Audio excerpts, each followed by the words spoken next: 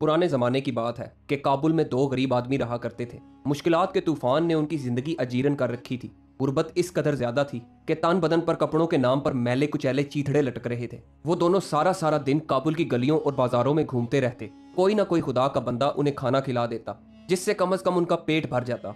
एक दिन वो यूं ही गलियों में घूम फिर रहे थे कि वो आपस में बात करने लगे। एक ने कहा कि इस शहर में हमारे लिए अब कुछ भी नहीं बचा। यहाँ हमारे लिए किस्मत के दरवाजे बंद हो चुके हैं। हमें गजनी चले जाना चाहिए। वहाँ सुल्तान महमूद गजनवी की हुकूमत है। सुना है बहुत नेक और खुदा तरस इंसान है। हमें वहाँ जाकर हर मुमकिन कोशिश करके सुल्तान महमूद गजनवी से मुलाकात करनी चाहिए और अपनी मदद की दरख्वास्त इसके सामने रखनी चाहिए। मुझे यकीन है कि वो हमारी मदद जरूर करेगा। इस तरह से शायद हमारे दिन फिर जाए। उसके साथी ने कहा, तुम्हारा मशवरा बहुत अच्छा है। हमें गजनी के सफर के लिए सुबह सवेरे निकल जाना चाहिए। चुनाचे अगले दिन दोनों सफर पर निकल पड़े। जंगलों और सहराओं को अबूर करते करते वो एक मैदानी इलाके में पहुंचे। रास्ते में उन्हें एक और शख्स मिल गया। था तो वो भी गरीब, मगर बहुत ही नेक और कोई अल्लाह वाला था। उसने उन दोनों से पूछा, भाइयों, क्या तुम मुझे बताओगे कि कौन सी ऐसी ख्वाहिश है जिसने तुम्हें सफर करने पर मजबूर कर दिया, और तुम किसके महल से अपनी आरजू करने जा रहे हो? काबुल के दोनों आदमियों ने कहा कि भाई, हमारी किस्मत का सितारा बुझ चुका है। हमने काबुल में अपनी किस्मत का दरवाजा ढूंढा, मगर अफसोस, हमने सिर्फ वक्त ही बर्बाद किया। शायद काबुल हमें अब कुछ नहीं दे सकता। इसी वजह से हमने गजनी शहर का रुख किया है। सुल्तान महमूद गजनवी के पास जा रहे हैं। सुना है उनके महल के दरवाजे जरूरतमंदों के लिए हमेशा खुले रहते हैं और वो किसी को खाली हाथ वापस नहीं भेजते। ये बताने के बाद काबुल के दोनों आदमियों ने इस नेक आदमी से पूछा कि भाई, तुम किस मकसद से सफर पे निकले हो? उस नेक शख्स ने जवाब दिया, मैं एक अमीर शख्स था, मगर अब मेरी अपने मुल्क में कोई जायदाद और मालो दौलत नहीं है। मेरे अच्छे दिन तमाम हो गए और मैं अच्छे दिनों की तलाश में सफर पर निकला हूँ। मगर मुझे सुल्तान महमूद से कोई उम्मीद नहीं है। मुझे तो उससे उम्मीद है जिसके दरवाजे से सुल्तान महमूद जैसे बेहिसाब बादशाह अपने खजाने भरते हैं। इसके बाद वो तीनों इकट्ठे सफर पर चल पड़े, यहाँ तक कि वो गजनी शहर पहुंच गए। गजनी पहुंचकर उन्हें एक खंडर नजर आया। उन्होंने रात उसी खंडर में बसर करने का इरादा किया। वो तीनों इकट्ठे खंडर में बैठे मुख्तलिफ मौजुआत पर गुफ्तगू कर रहे थे।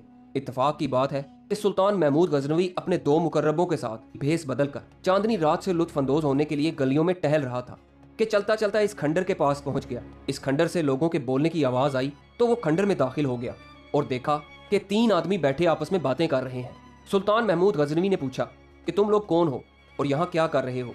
काबुल के दो आदमियों ने कहा, हम पर गुर्बत और तंगदस्ती ने डेरे जमाए हुए हैं।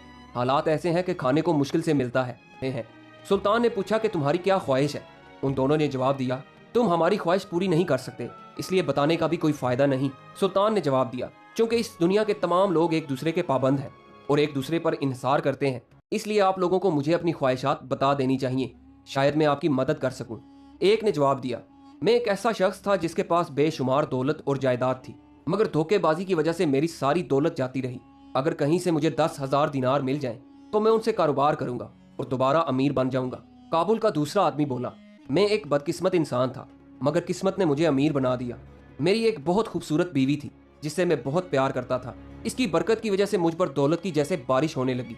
मेरा एक आलीशान महल था जिसमें खादमाएं थीं जो मेरी और मेरी बीवी की खिदमत करती थीं। मगर एक दिन ऐसा हुआ कि मेरी बीवी की तबीयत अचानक से खराब हो गई और उसी दिन वो दम तोड़ गई। इसके बाद किस्मत ने ऐसा पलटा खाया कि मैं इस हाल को पहुंच गया कि अब खाने के भी पैसे नहीं। मैं सुल्तान महमूद गजनवी के शहर में इस उम्मीद से आया हूँ कि शायद सुल्तान मुझे अपने महल की कोई खूबसूरत कनीज दे दे जिससे मैं शादी कर लूँ। हो सकता है मेरी किस्मत दोबारा जाग जाए, फिर मैं खुशी खुशी अपने वतन वापस लौट जाऊंगा। अब सबकी नजरें उस तीसरे नेक आदमी की तरफ थी जो अभी भी खामोश बैठा हुआ था। सुल्तान ने गर्दन घुमाकर इसकी तरफ देखा और पूछा, क्या तुम्हें किसी चीज की ख्वाहिश नहीं? इस शख्स ने जवाब दिया, मैं अपनी ख्वाहिश सिर्फ अपने रब से बयान करता हूँ, जिसके हाथ में तमाम खजाने हैं, जिसने बादशाहों को बादशाही दी।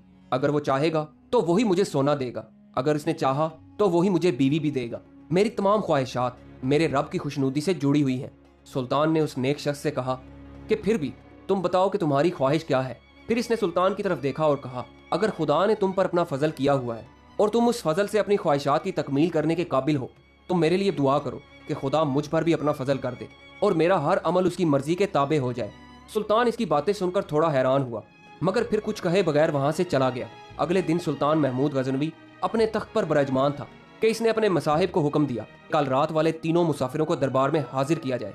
चुनाचे उन तीनों को सुल्तान के दरबार में पेश किया गया। जब वो सुल्तान के दरबार में हाजिर हुए तो ये देखकर हैरान रह गए कि तख्त पर बैठा ये शख्स वही है जिससे कल उनकी मुलाकात हुई थी। वो दिल ही दिल में खौफजदा थे कि शायद सुल्तान उन पर बरहम होगा। सुल्तान ने तीनों को करीब आने का हुक्म दिया सुल्तान बोला, अब बताओ कि तुम लोगों की क्या ख्वाहिशात हैं। काबुल के दो बाशिंदों ने अपनी अपनी वही ख्वाहिशात जाहिर कर दी जो उन्होंने कल सुल्तान को बताई थी। फिर सुल्तान ने इस अजनबी शख्स से पूछा कि बताओ तुम्हारी क्या ख्वाहिश है। वो बोला कि ऐ सुल्तान महमूद गजनवी, अगर मैं तुमसे तुम्हारी बादशाही मांगू तो क्या तुम मुझे दोगे। सुल्तान बोला, हरगिज नहीं, ये कैसी ख्वाहिश है, कोई ऐसी ख्वाहिश बताओ जो मैं पूरी कर सकूं। तुम सोना मांगोगे तो मैं सोना दूंगा, अगर तुम घर मांगोगे तो मैं घर दूंगा। अजनबी बोला, तुम मेरी ख्वाहिश पूरी करने के काबिल नहीं हो, मुझे ख्वाह मख्वाह यहाँ बुलाकर मेरा वक्त ज़ाया किया। मैं तो इससे मांगता हूँ जो बादशाहों को बादशाही देने वाला है। अगर मेरे रब ने देने का इरादा कर लिया है तो कोई उसे रोक नहीं सकता, और अगर मेरे रब ने ना देने का इरादा कर लिया है तो कोई इसकी मर्जी के बगैर दे नहीं सकता। सुल्तान चाहता था कि यह अजनबी शख्स किसी न किसी चीज़ की ख्वाहिश करे, मगर सुल्तान के लाख कहने के बावजूद इस अजनबी शख्स ने सुल्तान के आगे हाथ न फैलाए। आखिर थक हार कर सुल्तान ने हुक्म दिया, जिस शख्स ने औरत की ख्वाहिश की है उसे महल में मौजूद खूबसूरत कनीजों में से एक कनीज दे दी जाए, और जिसने पैसों की ख्वाहिश की है उसे सोने के सिक्कों से भरे 2 थैले दिए जाएं। सुल्तान के हुक्म की फौरी तामील की गई। इसके बाद सुल्तान ने कहा, अब तुम लोग अपने अपने वतन वापस लौट जाओ। सुल्तान के हुक्म पर वो तीनों सफर पर निकल पड़े। अभी चलते चलते वो रास्ते में ही थे कि जिस शख्स ने सोने के 2 थैले उठाए हुए थे वो थैलों के वजन की वजह से थक गया, और अब इसकी हालत ये थी कि इससे चला भी नहीं जा रहा था। इसने अपने साथ चलते हुए नेक आदमी से कहा कि भाई, मैं सोने के थैले उठाए हुए थक गया हूँ, क्या तुम थोड़ी देर के लिए मेरे ये सोने के थैले उठा लोगे। इस नेक शख्स ने जवाब दिया, क्यों नहीं। ये कहकर इसने सोने के थैले उठा लिए। दूसरी तरफ सुल्तान ने अपने दरबारियों से कहा कि उस अजनबी शख्स ने मुझसे कुछ ना मांग कर मेरी तौहीन की है। इसने मुझे ऐसे ठुकरा दिया जैसे मैं कोई गरीब भिखारी हूँ जो खुद दूसरों के आगे हाथ फैलाने का मोहताज होता है, हालांकि मैंने उसे बार बार कहा कि अपनी ख्वाहिश जाहिर करो। सुल्तान के दरबारियों में से ही एक दरबारी सुल्तान की बहुत खुशामद करता था। वो झट से बोला, सुल्तान मौज़म, अगर आपके पास बादशाहत और दौलत है तो वो इसी वजह से है कि अल्लाह ने उसे अता किया है कि आप मखलूक में उसे बांटें। अगर कोई आपके सामने अपनी ख्वाहिश रखने से इनकार करता है तो आपकी तौहीन है, और इस तौहीन की कम से कम सजा मौत होनी चाहिए। सुल्तान अपने वजीर की बात सुनकर जज्बाती हो गया और फौरन जल्लाद को बुलवाया और उन तीनों के पीछे जाने का हुक्म दिया और कहा, तीनों आदमियों में से जिसके पास लड़की और सोना है उसे छोड़ दे, और जो खाली हाथ है इसका सर काट कर मेरे पास लाओ। जल्लाद रवाना हो गया। जब वो उनके पास पहुंचा तो इसने देखा कि 3 शख्स जा रहे हैं। एक के साथ लड़की है, एक ने सोना उठाया हुआ है और एक खाली हाथ जा रहा है। इत्तेफाक से इस वक्त सोने के थैले इस नेक शख्स ने उठाए हुए थे, और जो हकीकत में सोने का मालिक था उसके पास कुछ नहीं था और वो खाली हाथ था। जल्लाद उसके पास आया और तलवार के एक ही वार से इसकी गर्दन काट डाली और अपने साथ ले गया। काबुल के शख्स ने जब अपने साथी की हालत देखी तो थर थर कांपने लगा। दूसरी तरफ अजनबी शख्स को भी मामला समझ न आया कि यह हुआ क्या है और इसकी गर्दन क्यों काटी गई है। जब जल्लाद इस शख्स का सर सुल्तान के पास लेकर आया तो सुल्तान महमूद गजनवी ने बगौर देखा और गुस्से से बोला कि बेवकूफ, तुम इस बेगुनाह शख्स का सर काट कर ले आए हो जिसने बाअदब होकर मुझसे ख्वाहिश का इजहार किया था। दूर हो जाओ मेरी नजरों से, इससे पहले कि मैं तुम्हारा सर भी कलम करवा दूं। सुल्तान समझ गया कि सोना लेने वाला शख्स थक गया होगा और इसने अपना सोना इस अजनबी शख्स को थोड़ी देर के लिए दे दिया होगा। सुल्तान ने दूसरे जल्लाद को बुलवाया और बोला, अब तुम जाओ और जिसके पास सोना है उसका सर काट कर लेकर आओ। जल्लाद वहां से रवाना हुआ। इस बार खुदा का करना ऐसा हुआ कि काबुल का जो आदमी मारा गया था इसके साथी के दिल में लालच पैदा हो गया। वो चलते चलते बोला, भाई देखो, मेरा दोस्त तो बेचारा मारा गया, मगर इसके सोने का असल मालिक मैं हूँ, क्योंकि हम दोनों काबुल में इकट्ठे थे। तुम ये सोना मुझे दे दो। नेक आदमी को तो कोई लालच थी नहीं। इसने फौरन दोनों थैलों को काबुल के शख्स के हवाले कर दिया। अब मंजर ये था कि अजनबी शख्स दोबारा खाली हाथ था और सोना इस काबुल के बाशिंदे के पास था जो अपने साथ इस कनीज को भी लिए चल रहा था। इतने में जल्लाद वहां पहुंच गया। उसने देखा कि एक शख्स खाली हाथ है और दूसरे के पास सोना है। इसने काबुल के दूसरे बाशिंदे को भी मौत के घाट उतार दिया और उसका सर लेकर सुल्तान की खिदमत में हाजिर हो गया। जब सुल्तान ने मरने वाले का सर देखा तो गुस्से से चिल्ला उठा कि यह आदमी भी गलती से मारा गया। सुल्तान ने कुछ देर के लिए गौर किया और जब वो पुरसुकून हुआ तो उसे समझ आ गई कि खुदा का फजल इस अजनबी आदमी के लिए हिफाजत की एक दीवार है जिसने उसे किसी किस्म का नुकसान पहुंचने से रोका हुआ है, वरना एक ही वक्त में ऐसा इत्तेफाक होना समझ से बालातर है।